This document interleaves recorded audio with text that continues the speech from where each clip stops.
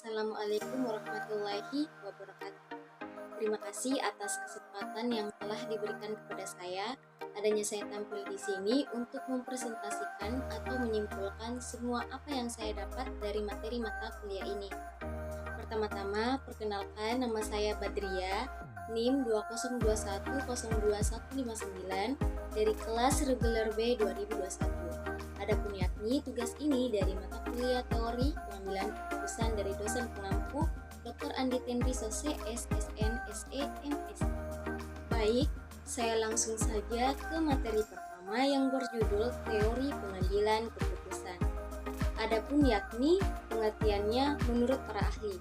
Menurut Hasan, 2014, pengambilan keputusan adalah teori-teori atau teknik-teknik atau pendekatan-pendekatan yang digunakan dalam suatu proses pengambilan keputusan. Pengambilan keputusan dapat didefinisikan yaitu bagaimana memberi rujukan kepada orang atau organisasi dalam mengambil keputusan. Ada dua fungsi teori pengambilan keputusan, yaitu yang pertama, pangkal permulaan dari semua aktivitas manusia yang sadar dan terarah, baik secara individual maupun secara kelompok, baik secara institusional maupun secara organisasional. Yang kedua, sesuatu yang bersifat futuristik, artinya bersangkut paut dengan hari depan, masa yang akan datang di mana efeknya atau pengaruhnya berlangsung cukup lama. Pada dasarnya, pengambilan keputusan merupakan proses memilih sejumlah alternatif pengambilan keputusan.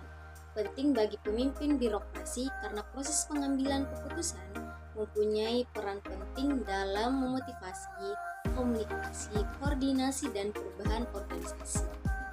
Oke, baik, materi kedua yang berjudul dasar-dasar pengambilan keputusan.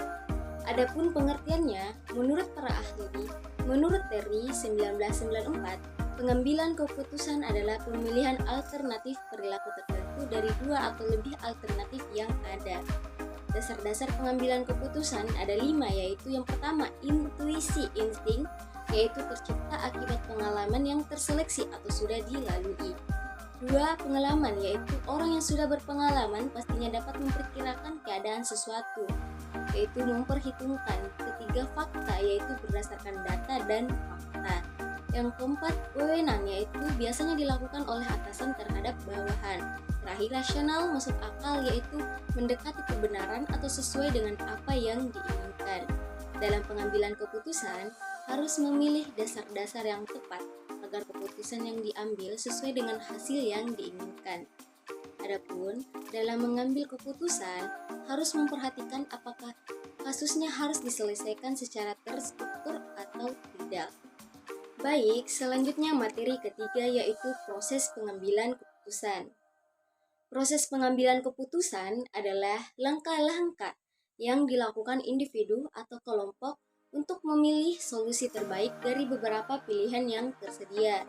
Proses ini mencakup beberapa faktor, termasuk informasi atau kelompok mengumpulkan informasi yang relevan tentang masalah atau situasi yang dihadapi. Tujuan mereka menetapkan tujuan yang ingin dicapai atau masalah yang ingin dipecahkan melalui pengambilan keputusan. Alternatif mereka mengidentifikasi berbagai alternatif atau pilihan yang dapat dipilih untuk mencapai tujuan tersebut. Ada 8 strategi terbaik untuk pengumpulan informasi yang relevan, yaitu definisi masalah, pengumpulan data, analisa data, penentuan alternatif, pemilihan alternatif yang terbaik, putuskan, implementasi dan monitor hasil, dan evaluasi. Selanjutnya materi keempat, yaitu pengambilan keputusan dalam berbagai kondisi. Pengambilan keputusan dalam berbagai kondisi yaitu situasi, di mana semua informasi yang diperlukan secara lengkap dan akurat, dan hasil dari setiap pilihan yang mungkin dapat diprediksi dengan pasti. Ada 2 teknik yang digunakan sebagai penyelesaian, yaitu yang pertama menggunakan linear programming yang dimana digunakan untuk membantu manajer dalam pengambilan keputusan dalam kondisi deterministik. Dan yang kedua, analisis jaringan kerja dengan menggunakan metode critical path method.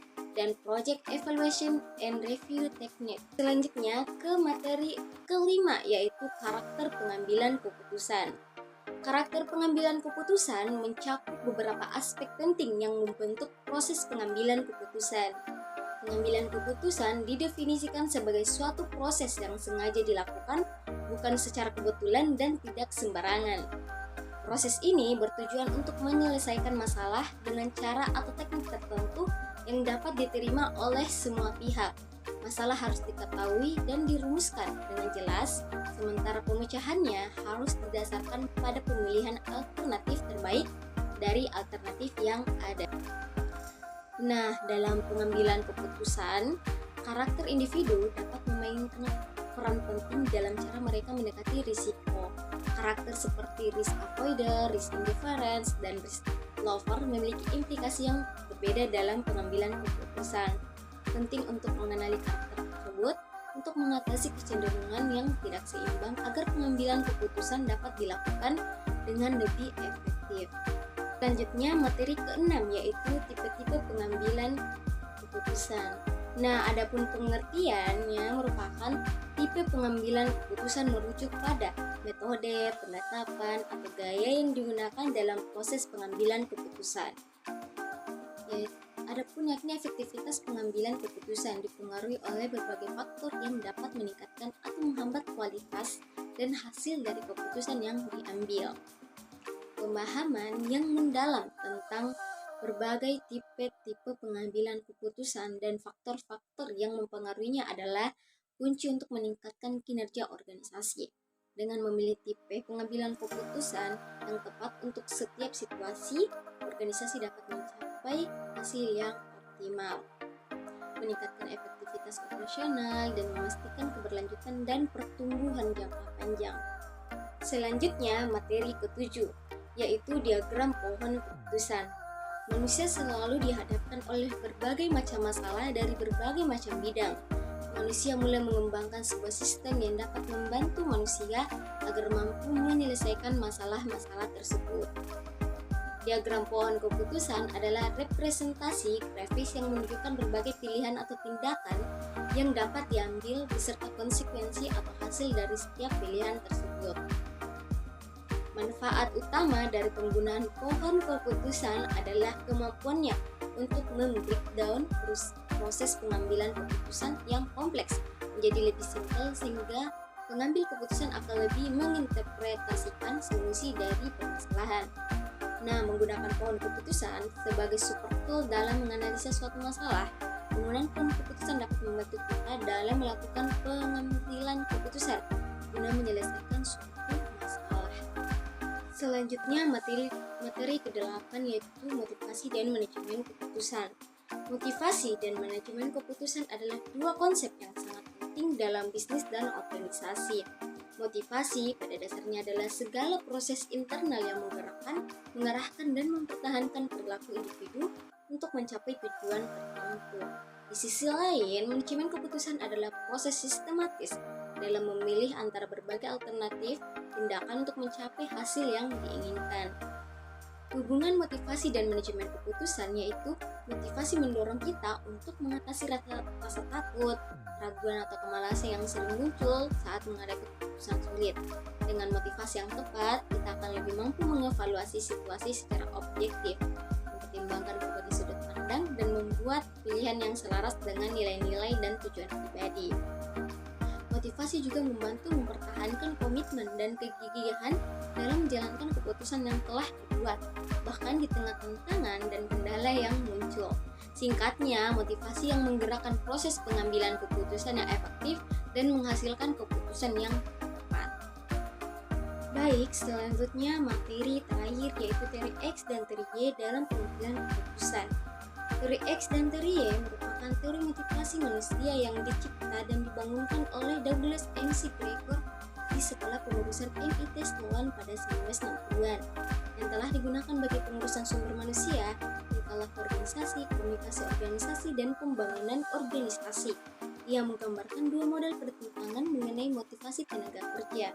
Teori ini mengemukakan strategi kepemimpinan efektif dengan menggunakan konsep pengurusan berpernyataan. Dalam konteks tipe X dan Y, secara konsep mereka yang bertipe Y cenderung memiliki introspeksi diri yang mendalam dan X cenderung sulit atau jarang melakukan introspeksi diri.